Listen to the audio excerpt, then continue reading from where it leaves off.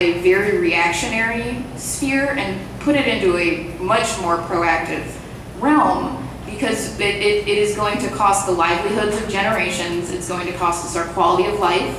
It's certainly going to cost us money down the line, and we need to be at the forefront of this conversation. We are by far one of the most vulnerable communities, and it's not something that's going to happen, it's something that is happening. So it doesn't cost us any additional money to protect our historical and heritage sites as we are protecting our homes. You know, we need to be looking to Miami and the 4-county coalition that they formed in Southeast Florida to address this so they can leverage their resources and make these necessary infrastructure updates. We need to be much more proactive and preventative when we're having this discussion than, well, it's going to be down the line, you know, is it really happening, you know, these kinds of conversations. Because I mark my words, your kids and your grandkids, this is going to cost them their homes and their jobs if we don't start now. Yes. You know, we're 180 years behind the 8 ball here. If you take the amount of time from 1850 until now, that's the approximate amount of time that this process has been building. And all of a sudden, we want to jump in and have an instant fix. There isn't any instant fix. If, at the best, we can develop strategies that will stop further erosion of this. And if we don't, nature has a tendency to hit a point where things flip pretty quickly. If you look at the geology of the Earth, you'll see there's a progressive change, and then all of a sudden things change dramatically, like an ice age starts, or the melting of the current ice age, which is what's going on. And this leads us to the next topic that I want to discuss, because it's fundamental to it, and that is fiscal neutrality. If we don't use fiscal neutrality in order to balance this, we're never going to achieve our goals. So Wesley, if you would start your discussion as far as what you feel about the county and fiscal neutrality. I definitely think we need to take a look at raising our impact fees for our developers. If they're actively contributing to so many of the concerns that we're all sharing right now in this room, they need to be paying their fair share of infrastructure, roads and schools and things of that nature. In fact, the department head of public works recently went to the Board of County Commissions and reported that every dollar that we're spending on infrastructure is 20% less effective because of inflation and increase in ADA requirements. So we are already getting less bang for our buck, and there's already too few bucks. We're so far behind the game in our infrastructure that we need to really catapult this conversation. And again, if developers are actively contributing, they should actively be paying their fair share. It's not up to us, it's not up to you or me to subsidize whatever their profit-driven model is. It is not our job to make sure that they are successful, and it is not our job to pad their profit margins. It is our job to hold them accountable to the promises that they're making this community and make sure they're following through on that. We can't keep doing this, we'll give you more density in exchange for affordable housing just so they can come with a tissue box and say, boo-hoo, we can't afford to make the affordable housing. That's insane that our county commission has time and again approved that, to just let it happen. If we're going to continue, and we're coming right off that question of affording resiliency measures, we definitely need to invest far more in our infrastructure and require that developers are paying what we are owed as a community. We pay our taxes, and they are affecting our quality of life, and that's wrong. Okay, hello, here we go. My father started Constantina Construction in 1956, and I surprise people often when I ask them. I say, how much impact fees do you reckon that we've paid in the last 60 years? And I shock them because I say it's zero. I don't buy 2x4s for my customers either. That's a pass-through cost. It doesn't have any effect on me whatsoever, and everyone seems to cry about it all the time. But I don't buy anything. Those are pass-through costs. Now, there's certainly a significant difference between builders and developers. A large percentage of the construction that goes on in Sarasota is construction in areas of already existing infrastructure. That's not the problem. It's the urban sprawl that's going on out east. Back to the law firms that I was talking about before. In the state mandated 2016 every 10-year update to our comprehensive plan, at that time, Bill Merrill, who's the head of the Argus Foundation, was interviewing Al Mayo and Christine Robinson to see who would be the next executive director of the Argus Foundation. Christine got the job, but as they were battling it out, they actually put Bill Merrill in charge of putting together a committee to study the changes to the comprehensive plan. When Bill put that group together, there were 23 people, the largest landowners east of I-75, the land use attorneys, the banks, the realtors, and the real estate developers. So the gutting of that comprehensive plan in October of 2016 is what took all the fiscal neutrality provisions out of that plan, shifting the cost of infrastructure from them to the taxpayers in already existing residences. So certainly that's a problem, and I hate to slap y'all with a wet towel, but it takes a 4-to-1 supermajority vote to change that comprehensive plan back. So the three of us all have similar ideas with respect to getting this under control, but we have to have a long-term plan in place because one person out of 5 on that commission can't do it. So we've got to buckle up our bootstraps. To a large degree, the die has been cast. There's more than 15,000 homes that have already been permitted. And there's really not a whole heck of a lot. The Burt-Harris Act allows people to sue. You can't take their zoning away. So first we got to get our fingers in the dike. Once we get our fingers in a dike, we can come up with a plan, and it's going to be replacing these people and not allowing 3 law firms to control our destiny. Well, I get to jump in here because Mike reminded me of what our third referendum was. And the third referendum was requiring a supermajority in order to change our comprehensive plan. Lourdes? For those who's not familiar with what fiscal neutrality is, I want to give you an example. Lakewood Ranch South, that's the 5,000 acres south of University Parkway, way back before 2010 was zoned, so it can, 5,000 acres, and they were entitled to 50 units. So they went before the county commission, had it changed so they could get 5,000 units. And as long as they cluster it and they make it fiscally neutral, in other words, pay for the roads, school, because of course, if you're going 50 units in 5,000 acre, what do you need, a two-lane road? But if you go 5,000, now you need 4 lanes, you need schools, you need sheriff's deputies, you need all sorts of infrastructure to handle those 5,000 homes.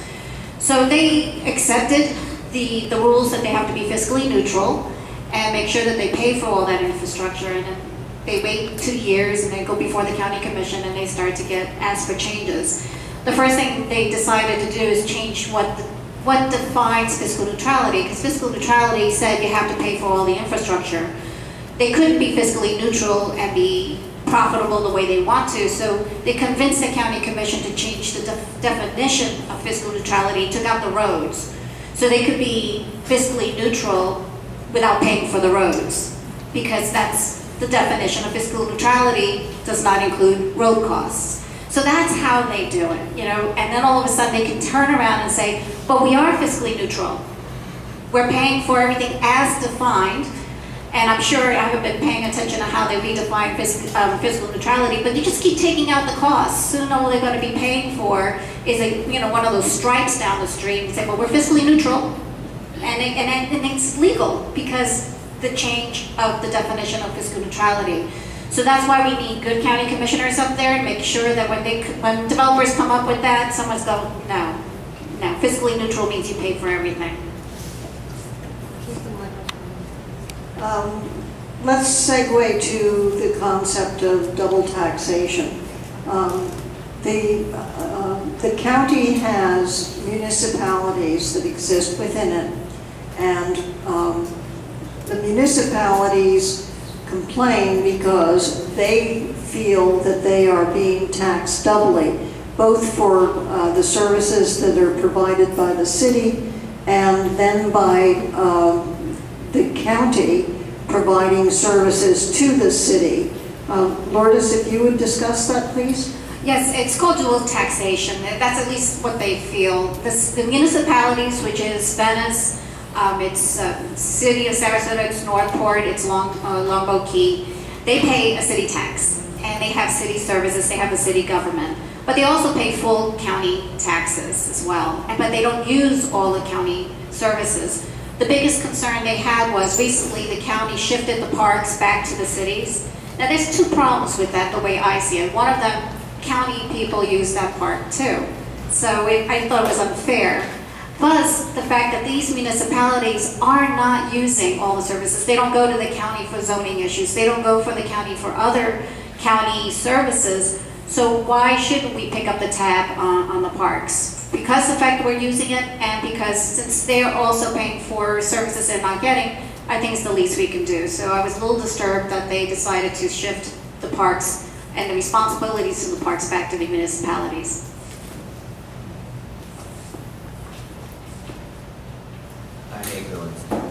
I hate going second. Lourdes is absolutely right with respect to the parks. There's always going to be bickering between the county and the city. To me, it kind of reminds me of basketball teammates fighting over a rebound and losing it out of bounds. Jesus. It's the same team role. You're right, they are part of the county, but they also have other things.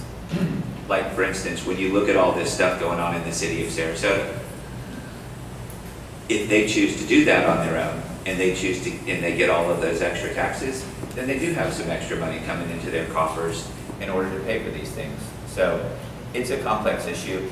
I'm not gonna lie to you, I'm a carpenter from Siesta Key, and I do not understand the inner workings of the county-city problems to a level that I would if I had that position.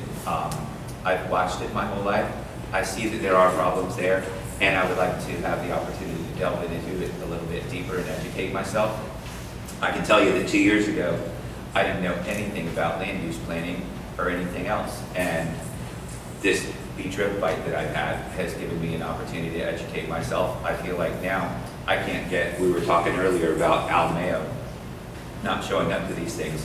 I've had open invitations for them to take all of the county attorneys, all of these people's attorneys and everything. Let's just have an open public debate. So I don't mean to sound like an idiot, but I am not completely educated on that idea and look forward to the opportunity to further educate myself in that realm. It's certainly a bit of a tangle, and I've had conversations with people in several municipalities where this is certainly at the forefront. It's expensive enough to live here, and when more and more money is coming out of your paychecks to go to taxes and things like that, it can certainly cause an issue, especially when we're struggling so much with affordable housing in this county. That said,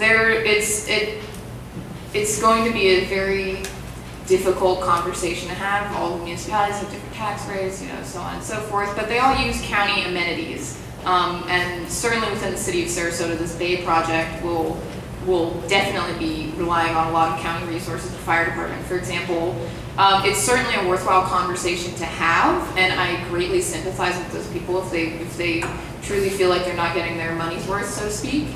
I, at this point, support getting the municipalities together with our county staff and fleshing this out. Now that is difficult in and of itself because the nature of the relationship between our county and our municipalities can be quite hairy. We don't always agree on certain things. So it's going to come down to having some really difficult conversations between all of our municipalities and exploring what that would look like. How our parks are going to be funded, and the roads and the fire department and things like that, and truly get a really good analysis, because to my knowledge, there hasn't been a great analysis of what money is coming from where and how it's being spent on what. So I would certainly like to see us take a much more qualitative approach and quantitative approach to where that money's coming from, where it's going, and where is there an overlap in the Venn diagram, and where are county folks only using county things and the city shouldn't be paying into that. So it's going to be a difficult conversation with every single one of our municipalities, but it's definitely at the forefront of a lot of city residents' concerns. So We'll start with Mike on this next question, since you brought up the objection to being second all the time. Going from there to the topic of spending on parks, I'd like you to discuss the choices that we have and the issues regarding the celery fields, the Legacy Trail, and the rowing park in consideration as to what the choices should be to allocate money for recreational lands. I would like to start by just throwing a couple of things at my inadequate answer to the last question. I know that when the Philippi Creek septic system was coming along, it was like an $8,000 impact fee to every residence where they were changing those septic tanks. The city offered to annex that area if those people would be willing to do that double taxation. That people did not want to go in the city. And I know that one of the reasons that Northport is so giant now is because when Sarasota County would not grant them excess density for development, the city of Northport said, hey, if you let us annex you into the city. So the city's actually tried to grow their tax base, and then they turn around to the county and say, well, we don't want to pay for these things because it's double taxation. So it's a confusing issue. With respect to parks, I would like to see us be nationally renowned for our park system, and I think we do an amazing job. One by one, I'll start with the worst. The Benderson Rowing Park has turned out to be a public amenity, but Kathy Antunes and her group actually sued the county over that. They actually went above the level of expenditure required to not put it before the people as a bond issue. So I have a little bit of a problem with private profit and in the public domain. So even Moat Marine moving out there, I'm not a fan. If they were going to be part of the Bayfront development or something like that, I could see $20 million for Moat. But to go out there on the Manatee County line, I think Mr. Benderson and Manatee should contribute to that if Moat's in fact going to make that move. What were the others? The celery fields. The celery fields, I've been going out there. That's where all the fathers taught their boys to shoot guns back when I was a kid. And I've been familiar with that area for 40 years. I was at every public hearing on that issue. I really think that we should, my idea is to consider setting up a special taxing district. I think that we should actually not only, the YMCA is the best thing I've heard so far for going on that property, but I think we should give the people in that Palmer Boulevard community the opportunity to set up a special taxing district and actually buy the other 10 acres from Mr. Gabbard and create a truly public, large amenity for that area. Once it gets developed, it'll be gone forever, and that place is not unlike Central Park in New York City. There's going to be massive growth east of the interstate, and that's the one opportunity right now that we have for that area, and if we have to open up the public coffers to make it bigger, I'm all for it. Thank you. Lourdes? Just to correct something you just said, that 10 acres belongs to the public still, it doesn't belong to Gabbard. His property. Oh, his property next to it? Okay. Right. Oh, that as well, the one in which he's putting the dump transfer station. When I hear about the rowing facility and the money that's going into the rowing facility, in the beginning, when they started talking about the rowing facility, it sounded good, but it turned out to be a boondoggle. And I'm at a point where, okay, don't talk to me about selling our lands around the celery fields when you keep pouring money into the rowing facility. It's running at a loss, and now they're asking for more money. Benderson gets $800,000 to maintain that park. Now they want $2.2 million.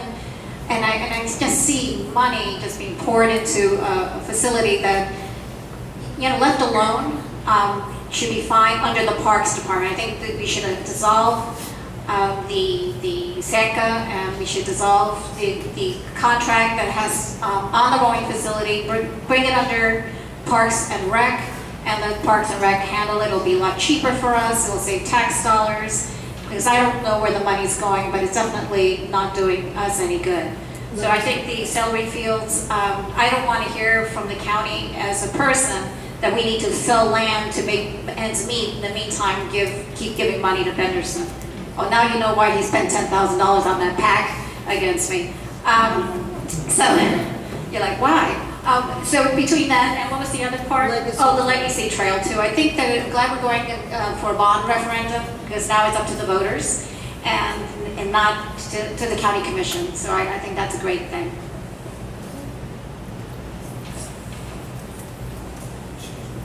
Sorry, I forgot about the Legacy Trail folks. Okay. Love you guys. So I echo a lot of the same points that these fine candidates have already made, certainly about the Benderson Park and how that's kind of tainted the relationship of public-private endeavors. They've taken tens of millions of dollars of public funding and an additional almost $1 million a year. It feels like we're renting our own land from an organization that is making a profit off of it. And it sure may have been a shiny new, toy to play with at first. There were supposed to be 3 buildings. It was supposed to be this big complex. And now we have a lovely lake in 1 building. So it really isn't what any of us signed up for. And yet we continue to throw money at this. And it's so close to the border that I agree that the other counties should certainly, Manatee County should certainly be kicking in for that if we're going to keep going down that path. But I would like to see it come under the Parks and Rec, and we can create water sports out there. It can be a really great resource for Lakewood Ranch. We could paddleboarding and kayaking and all, and make it a real resource for that, so that they don't have to hoof it all the way out to our beaches all the time to participate in things like that.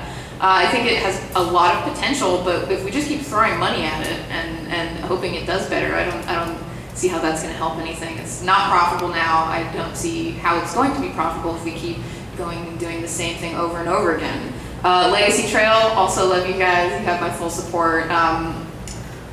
I really support when the county commission does their jobs. But when it came to the bond issue, so that it's taken to the taxpayers instead of kind of chunking it up and skirting by and spending all of this money, when they really should have taken things like Benderson Park to us and see, do we really want to spend that money, and let us vote on it. So I'll be in favor of Legacy Trail. And then Celery Fields, I think the Fresh Start Initiative has been a perfect example of what community involvement can be. They have gone to such lengths to do such a great analysis of the area and bringing multiple parties to the table and coming to the board with these different proposals. And I like the YMCA one best, certainly out of the others. But I think I see a lot of opportunity with our parks, and I would like to see us emphasize that and make our green spaces something that are really valuable. Because if we continue to build out, if we don't change anything about how we're zoning, if we just build what it is already zoned as, Sarasota County will have almost 1.5 million residents. And I am certainly not satisfied with the amount of green space we already have. And if we're going to welcome in that many more people, we definitely need more parks, and we need to be preserving that land, not just for us, but for the next generations that come. Do any of us want to live in a place that is just a concrete jungle? I'm going to go on a limb and say the answer is probably no. And I can say that's probably certainly true for the next generations. They want parks, we want parks, so we should be focusing our efforts there. Thank you. Ms. Benz?